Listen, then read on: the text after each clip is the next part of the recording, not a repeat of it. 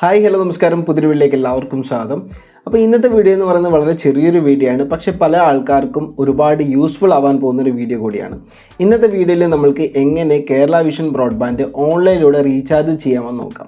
അതിനായിട്ട് നമ്മൾ ആദ്യം ചെയ്യേണ്ടത് നേരെ നമ്മൾ ഗൂഗിളിൽ വരിക. ഗൂഗിൾ വന്ന ശേഷം Kerala vision broadband login just search ചെയ്യുക. അപ്പോൾ സെർച്ച് ചെയ്യുന്ന സമയത്ത് പലപ്പോഴുള്ള കൺഫ്യൂഷൻ എന്ന് പറഞ്ഞാൽ നമുക്ക് ഒരുപാട് ലോഗിൻ പേജ് കാണാൻ പറ്റും. അതിൽ നമ്മൾ ആദ്യം കാണുന്ന ഈ selfcare.keralavision.sp.in എന്ന് പറയുന്ന ഈ ഒരു ലോഗിനിൽ ക്ലിക്ക് ചെയ്യുക. ലോഗിൻ ക്ലിക്ക് ചെയ്യുന്ന സമയത്ത് നമ്മുടെ യൂസർ നെയിമും അതേപോലെ തന്നെ പാസ്വേഡും കൊടുക്കുക. യൂസർ നെയിമും പാസ്വേഡും കേരള വിഷൻ്റെ സെയിം തന്നെയായിരിക്കും. അതിനുശേഷം നമ്മൾ ജസ്റ്റ് ലോഗിനിൽ കൊടുക്കുക. ഇപ്പോൾ ലോഗിൻ ചെയ്യുന്ന സമയത്ത് നമുക്ക് ഇങ്ങനെ ഒരു ഇൻ്റർഫേസ് കാണാൻ പറ്റും. ഇതിൽ നമ്മൾക്ക് ഇവിടെ കറണ്ട് സെഷൻ അതേപോലെ കറണ്ട് യൂസേജ്, അതായത് നമ്മളിപ്പം യൂസ് ചെയ്യുന്ന സെഷനിൽ എത്ര GB നമ്മൾ യൂസ് ചെയ്തിട്ടുണ്ട്, അതേപോലെ നമ്മളുടെ വാലിഡിറ്റി പീരീഡ് നമുക്ക് ഇവിടെ കാണാൻ പറ്റും. ഇവിടെ 28 ഡേയ്സ് എന്ന് കാണാൻ സാധിക്കുന്നതാണ്. അതേപോലെ നമ്മൾ ചെയ്തിരിക്കുന്ന പ്ലാൻ ഏതാണ്. ഇപ്പോൾ ഞാനിവിടെ UL20M എന്ന് പറയുന്ന പ്ലാനാണ് ചെയ്തിരിക്കുന്നത്, അതായത് അൺലിമിറ്റഡ് ആണ്. 20 Mbps പ്ലാനാണ് ചെയ്തിരിക്കുന്നത്. അതേപോലെ ഇവിടെ എക്സ്പയറി ഡേറ്റ് കാണാൻ പറ്റും. 11 ജാനുവരി 2021 വരെയാണ് ഇതിൻ്റെ എക്സ്പയറി. അങ്ങനെ നമ്മളുടെ ഡീറ്റെയിൽസും കാര്യങ്ങളൊക്കെ ഇവിടെ കാണാൻ സാധിക്കുന്നതാണ്. ഇനി ഇവിടെ നിങ്ങൾക്ക് മുകളിലേക്ക് നോക്കിക്കഴിഞ്ഞാൽ ഒരുപാട് ഓപ്ഷൻസ് കാണാൻ പറ്റും. അതിൽ പ്ലാന്, അതേപോലെ തന്നെ നമ്മളുടെ സെഷൻ, അതേപോലെ തന്നെ പർച്ചേസ്, അങ്ങനെ ഒരുപാട് ഓപ്ഷൻസ് ഉണ്ട്. ഇതിലിവിടെ റീചാർജ് എന്നൊരു ഓപ്ഷൻ കാണാൻ പറ്റും. സോ ഇവിടെയാണ് ഒരു കൺഫ്യൂഷൻ വരുന്നത്. അതെന്താണെന്ന് വെച്ച് കഴിഞ്ഞാൽ പലർക്കും ഇവിടെ റീചാർജ് എന്ന് പറയുന്നൊരു ഓപ്ഷൻ കാണാൻ സാധിക്കത്തില്ല. അതെന്താണെന്ന് വെച്ച് കഴിഞ്ഞാൽ ഇപ്പോൾ എൻ്റെ ഒരു കേസ് നോക്കിക്കഴിഞ്ഞാൽ ഞാൻ ആദ്യമൊക്കെ എന്ന് പറഞ്ഞാൽ ഇതിൻ്റെ കേബിൾ ഓപ്പറേറ്ററെ കോൺടാക്ട് ചെയ്തിട്ട് ഞാൻ ഗൂഗിൾ പേ വഴി പുള്ളിക്ക് പൈസ അയച്ചു കൊടുക്കും. പുള്ളിയായിരുന്നു റീചാർജ് ചെയ്തുകൊണ്ടിരുന്നത്. അപ്പം ഒരു ദിവസം എന്നോട് എൻ്റെ ഒരു ഫ്രണ്ട് വിളിച്ച് പറഞ്ഞു ഇങ്ങനെ നമുക്ക് ഓൺലൈനിൽ റീചാർജ് ചെയ്യാൻ പറ്റുന്നു. അപ്പോൾ ഞാൻ കേബിൾ ഓപ്പറേറ്ററെ കോൺടാക്ട് ചെയ്ത സമയത്ത് പുള്ളി പറയാമെന്ന് പറഞ്ഞാൽ ഓൺലൈനിൽ റീചാർജ് ചെയ്യാനൊന്നും പറ്റില്ല എന്നാണ് പറഞ്ഞത്.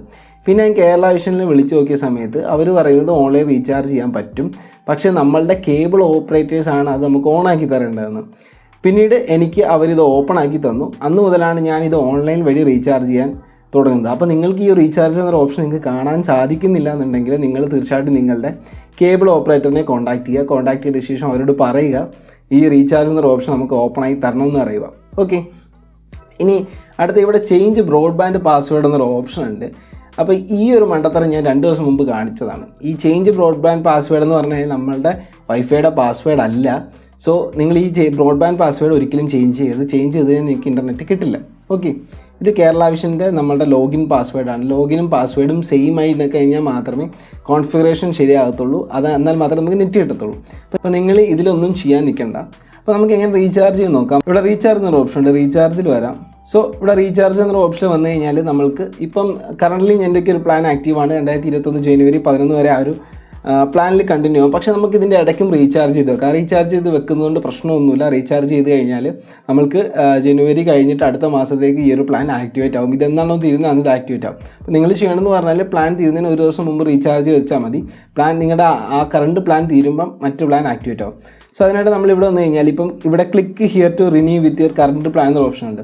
അത് നിങ്ങളിപ്പം കറണ്ട്ലി യൂസ് ചെയ്യുന്ന അതേ പ്ലാൻ തന്നെയാണ് നിങ്ങൾ റിന്യൂ ചെയ്യാൻ താല്പര്യമെങ്കിൽ ജസ്റ്റ് ഇവിടെ ക്ലിക്ക് ഹിയർ ടു റിന്യൂ എന്നുള്ള ഓപ്ഷനിൽ ക്ലിക്ക് ചെയ്യുക.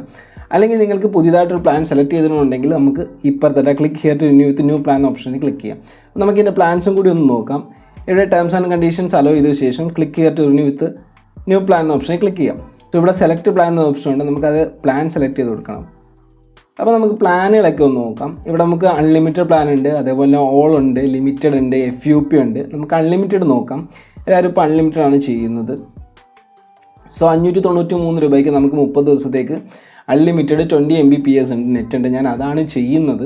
അത്യാവശ്യം നല്ല സ്പീഡും കാര്യങ്ങളൊക്കെ തന്നെ ഉണ്ട്. ഞാൻ ഓൾമോസ്റ്റ് 600 GB അടുത്ത് വരെ ഒരു മാസം യൂസ് ചെയ്തിട്ടുണ്ട്. അതുകൊണ്ട് തന്നെ സ്പീഡ് വിഷയങ്ങളൊന്നുമില്ല. അതേപോലെ തന്നെ ഇവിടെ 14 മാസത്തേക്ക് 9,161 രൂപയുടെ പ്ലാൻ ഉണ്ട്. അതേപോലെ തന്നെ ഇവിടെ 14 മന്ത്സ് 7,019 രൂപയുടെ ഒരു പ്ലാൻ ഉണ്ട്. 1 ഇയർ അൺലിമിറ്റഡ് 20 Mbps. അതേപോലെ തന്നെ 30 ദിവസത്തേക്ക് 772 രൂപയുടെ 30 Mbps പ്ലാൻ ഉണ്ട്. 30 ദിവസത്തേക്ക് അൺലിമിറ്റഡ് 60 Mbps പ്ലാൻ ഉണ്ട്. മാക്സിമം 60 Mbps വരെയാണ് പ്ലാൻ ഉള്ളത്.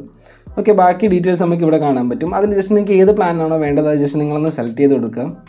അതിനുശേഷം ഇവിടെ click here to renew with new plan എന്ന ഓപ്ഷൻ ക്ലിക്ക് ചെയ്യുക. പിന്നീട് നമ്മൾ സാധാരണ ചെയ്യുന്ന പോലെ നിങ്ങൾക്ക് ക്രെഡിറ്റ് കാർഡ് ഉപയോഗിച്ചുകൊണ്ടോ ഡെബിറ്റ് കാർഡ് ഉപയോഗിച്ചുകൊണ്ടോ നിങ്ങളുടെ UPI വെച്ചുകൊണ്ടോ ഒക്കെ നിങ്ങൾക്ക് പേയ്മെൻറ്റ് ചെയ്യാവുന്നതാണ്. ഇത്രയും സിമ്പിളാണ്. ഇപ്പോൾ ഞാൻ പേയ്മെൻറ്റ് ചെയ്യുന്നില്ല. ഞാനിന്ന് 2 ദിവസം മുമ്പ് ചെയ്തതേ ഉള്ളൂ. അപ്പോൾ ഇവിടെ നിങ്ങൾ പേയ്മെൻറ്റ് ചെയ്താൽ മതി. നിങ്ങൾക്ക് UPI വെച്ചും ചെയ്യാം. ഞാൻ UPI വെച്ചിട്ടാണ് പേയ്മെൻറ്റ് ചെയ്യാറുള്ളത്.